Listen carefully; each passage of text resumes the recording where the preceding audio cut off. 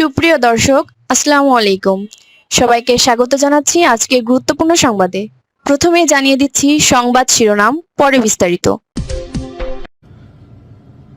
জামাত ইসলাম এবং এনসিপির জোট কেন আসলে জোট বাঁধার জন্য বিএনপির একটা বড় অংশ এখনো কিন্তু এনসিপির সাথে একটা যোগাযোগ রাখছিল, বাট দিন শেষে কিছুক্ষণ আগে নাহিদ ইসলাম তিনি জানালেন তিনি এনসিপি জামাতের সাথে জড়ে যাচ্ছে, কারণও জানিয়েছেন। তা আমি আমার শুরুটা যেভাবে করতে চাই, জামাত ইসলামকে নিয়ে সারাদিন বিভিন্ন বক্তব্য থাকে, একাত্তর ভূমিকাতে তাদের প্রশ্ন নিয়ে আমরা কথা বলি, কিন্তু দেখেন স্বাধীনতা পরবর্তী সময়ে জামাতের সাথে সংসার করে নাই কারা?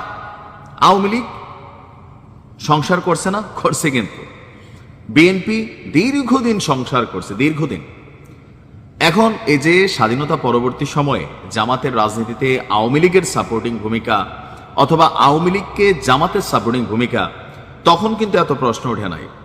আবার ধরেন এখন যখন বিএনপির সাথে এতটা বছর ছিল, তখনও কিন্তু এগুলো নিয়ে প্রশ্ন ওঠে নাই। বাট সমস্যাটা হয় কি, যখন বন্ধুত্বটা আপনার থেকে কাইটা অন্যদিকে যাবে, তখনই কিন্তু প্রশ্ন ওঠে। এখন জামাত যদি এতটাই খারাপ হইতো, তা আওয়ামী লীগ কেন জামাতের সাথে সংসার করছিল, বন্ধুত্ব করছিল, জোট করছিল? করছে কিনা এগুলো তো ইতিহাস সাক্ষী। বিএনপি কেন করছিল? মেইন কারণটা হচ্ছে বিএনপি এবং জামাত এই মুহূর্তে ক্ষমতায় যাবার জন্য যে দুইটা দল প্রতিদ্বন্দ্বিতায় লিপ্ত হয়েছে, এর মধ্যে জামাত এবং বিএনপি। মাঠে আওয়ামী লীগ থাকলে এই জামাতই বিএনপির লেজে থাকতো, অথবা বিএনপি জামাতকে গলায় জড়াই রাখতো, জাতীয় পার্টি চলে যেত আওয়ামী লীগে। এটা যদি আওয়ামী লীগ নির্বাচনে থাকতো। এখন যেহেতু মাঠে আওয়ামী লীগ নাই, জামাত এবং বিএনপির মধ্যে লড়াই, তো সুতরাং এখানে জামাত এখন প্রধান একটা স্টেক হোল্ডার হিসাবে বাকি যে জোটগুলো আছে, যাদের একটা মিনিমাম ভোট বাক্স আছে, তাদেরকে টানার চেষ্টা করছে। বিএনপি যেমন গণ অধিকার পরিষদের নুরুকে, তারপর হচ্ছে রাশেদকে নিয়ে আনিছে, আমজনতার তারেকও টেকনিক্যালি এখানেই কানেক্ট হচ্ছে, বা আরো কয়েকটা ইসলামিক সমমনা দলকে তারা তাদের আসন ছেড়েছে। এনসিপির সাথেও তাদের যোগাযোগ ছিল, বাট এনসিপি নিজেদের ওজনের তুলনায় অতিরিক্ত চায়। বাচ্চা বয়স তো মনে করলেন খাইতে পারবো 1 প্লেট চায়, এরা 10 প্লেট। তো বিএনপি মনে করছে না ভাই। আবার এনসিপির বিভিন্ন বক্তব্য বা এনসিপি কে প্রো জামাত যেই একটা বক্তব্য, বা এখন আমরা বিভিন্ন সময় এনসিপির যারা নেতা নেত্রী আছেন, যারা মাত্র পদত্যাগ করেছেন, তারা যে সকল তথ্য ফাঁস করতেছেন, এগুলো তো ভয়ঙ্কর। ভবিষ্যতে তো বিপদে পড়বে ভাই এনসিপির এই পোলাপাইনগুলো। যাই হোক, এখন এত কিছুর পরে কেন জামাতকে আসলে এনসিপি বেছে নিল? প্রো বি টিম নাকি আসলে অন্য কোনো কারণ? আজকে যে সংবাদ সম্মেলন ছিল, সেখানে জাতীয় নাগরিক পার্টির আহ্বায়ক নাহিদ ইসলাম বলছিলেন, নির্বাচন সুষ্ঠু করার জন্য এবং বৃহত্তর ঐক্যের স্বার্থে জামাত সহ সমমনা 8 দলের সঙ্গে আমরা নির্বাচনে অংশ নেব বলে সিদ্ধান্ত নিয়েছি। তবে এখানে কিছু বিষয় আছে।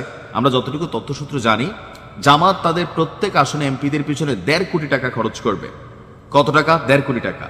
তবে জামাতের সাথে নির্বাচনে গিয়া এনসিপির পোলাপাইনে একটা বিপদে পড়তে পারে। কোনটা? জামাত কিন্তু ঘোষণা দিয়েছে, তারা যদি পাশ করে 330 জন এমপি বা 300 এমপি, তারা কিন্তু রাষ্ট্রীয় কোনো সুযোগ সুবিধা নেবে না। এখন এনসিপির যে পোলাপাইনগুলো আছে, সবগুলো তো খাউয়া পার্টি। আমরা এখানে যাদেরকে দেখি ভাই, তাসনিম যারা এবং হাসনাত আব্দুল্লাহ ছাড়া বাকিরা সবগুলোই খাউয়া পার্টি। তো এই খাউয়া পার্টি পরবর্তী সময় গিয়া যদি ধরেন কিছু খাইতে না পারে, তখন আবার জামাতের সাথে ভেজাল হবে কিনা, এটা একটা প্রশ্ন। তবে থাকে সঙ্গদোষে অনেক সময় লোহা বাসে, ভালো হয়ে যেতে পারে, খাওয়া খাওয়ার চিন্তা বাদও হইতে পারে। এখন নাহিদ ইসলাম বলছেন যে নির্বাচন সুষ্ঠু করার জন্য, অর্থাৎ একটা প্রতিদ্বন্দ্বিতামূলক নির্বাচন এবং বৃহত্তর দেশ জাতি রাষ্ট্রের স্বার্থে, এখন এগুলো রাজনৈতিক কথাবার্তা। তবে আমার ধারণা, নাহিদ ইসলাম বলছে যে এনসিপির পক্ষ থেকে আমরা প্রথম থেকে বলে আসছি, আমরা 300 আসনে প্রার্থী দিতে চাই। সেই হিসাবে প্রস্তুতি এবং পরিকল্পনা চলছিল। সারা দেশ থেকে মনোনয়ন আহ্বান করেছিলাম। পরবর্তীতে সংস্কার প্রশ্নে আরো 2 দলের সঙ্গে আমাদের সমঝোতা হয়েছিল। তখন আমরা বলেছিলাম এই 3 দল মিলে যে সংস্কার জোট, আমরা একত্রে নির্বাচন অংশগ্রহণ করব। কিন্তু হাদির মৃত্যুর মধ্য দিয়ে নির্বাচনের প্রেক্ষাপট পরিবর্তন হয়ে গেছে। অর্থাৎ এখন জামাতের সাথে, তো সোজা বাংলা যদি আমরা বলি, বিএনপি এনসিপিকে আসলে সাইড দিচ্ছে না। আপনি সোশ্যাল মিডিয়াতে যে কমেন্টগুলো দেখবেন বিএনপি নেতাকর্মীদের এনসিপির বিপরীতে, আবার এনসিপিও প্রতিনিয়ত বিএনপি কিনে যে পরিমাণ তুলাধুনা করছে, সো কেমিস্ট্রি যেটা ছিল সেটা নড়ে গেছে। আবার এনসিপি জামাতের বি টিম, এটা সারা বাংলাদেশের মানুষ এখন যারা পদত্যাগ করছে, তারা কিন্তু সব ফাঁস করতেছে। তো এগুলো থেকে বোঝাই যায় দিন শেষে মাঝখানে হয়তো ওই যে উপদেষ্টা আসিফ এবং উপদেষ্টা মাহফুজ, তো এদের বিষয় নিয়ে হয়তো এখানে একটা কনফ্লিক্ট হয়েছিল।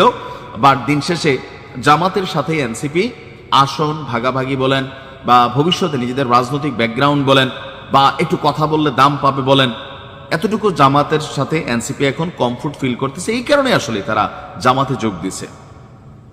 জামাত বাংলাদেশে এই মুহূর্তে নিষিদ্ধ কোনো দল না, এটা বিভিন্ন সময় নিষিদ্ধ হয়েছে আবার সিদ্ধ হয়েছে। সো জামাতের সাথে জোট করতেই পারে, এটা পলিটিক্যাল পয়েন্ট অফ ভিউতে আজকের মিত্র কালকের শত্রু, আবার কালকের শত্রু আজকের মিত্র। ভালো থাকুন।